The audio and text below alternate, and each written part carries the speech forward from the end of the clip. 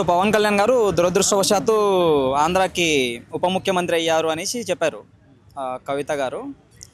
Okay, ఆమె మరి అంటే ఆమె స్పృహ ఉండి మాట్లాడారా, లేదంటే స్పృహ లేక మాట్లాడారా, లేదంటే వాళ్ళ ఫాదరు అంటే ఆమె ఆడమంచి కాబట్టి నేను అనకూడదు, ఆమె తాగిందని అనకూడదు, ఒకవేళ వాళ్ళ ఫాదర్ తాగిన కైపు ఏమైనా ఈమెకి ఎక్కి మాట్లాడారా అనేది నాకైతే అర్థం కావట్లేదు. ఫస్ట్ పాయింట్ నేను చెప్పాలనుకున్నది ఏంటి అంటే, పవన్ కళ్యాణ్ ఉప ముఖ్యమంత్రి అయ్యాడు, ఓకే. ఈమెలాగా ఈ రాష్ట్రంలో నాన్న తమ్ముడు అవుతాడో అన్న అవుతాడో నాకు తెలియదు, కానీ కేటీఆర్ అంటే తన తోబుట్టిన అతను ఈ రాష్ట్రాన్ని దోచుకుంటున్నాడు, కేసీఆర్ ఈ రాష్ట్రాన్ని దోచుకుంటున్నాడు, హరీష్ రావు ఈ రాష్ట్రాన్ని దోచుకుంటున్నాడు, అందరూ కలిసి ఈ రాష్ట్రాన్ని దోచుకుంటున్నారు. సో ఈ రాష్ట్రంలో దోచుకోవడానికి ఆమెకి లేదు కాబట్టి పక్క రాష్ట్రంలో అవకాశం కల్పించి ఢిల్లీలో మద్యంతో అక్కడ ప్రజల్ని దోచుకో అని చెప్పేసి పంపించారు.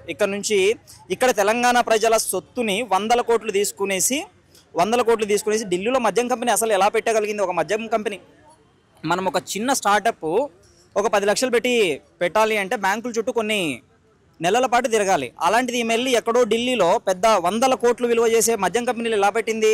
తెలంగాణ వాళ్ళ రక్తాన్ని పీల్చి అది కొంచెము కవితకు పెట్టుబడిగా పెట్టుకోమమ్మా, ఢిల్లీ వాళ్ళని దోచుకో, ఇక్కడ ఆల్రెడీ మన కేటీఆర్ హరీష్ రావు దోచుకుంటా ఉన్నారు, నువ్వు దోచుకోవడం కుదరదు, వాళ్ళతో నీకు గొడవలు అవుతాయనేసి అక్కడికి పంపించారు. కాబట్టి అలా దోచుకోవడం లేదని చెప్పేసి పవన్ కళ్యాణ్ ఉప ముఖ్యమంత్రి కాకూడదు అని అంటున్నారేమో ఆమె.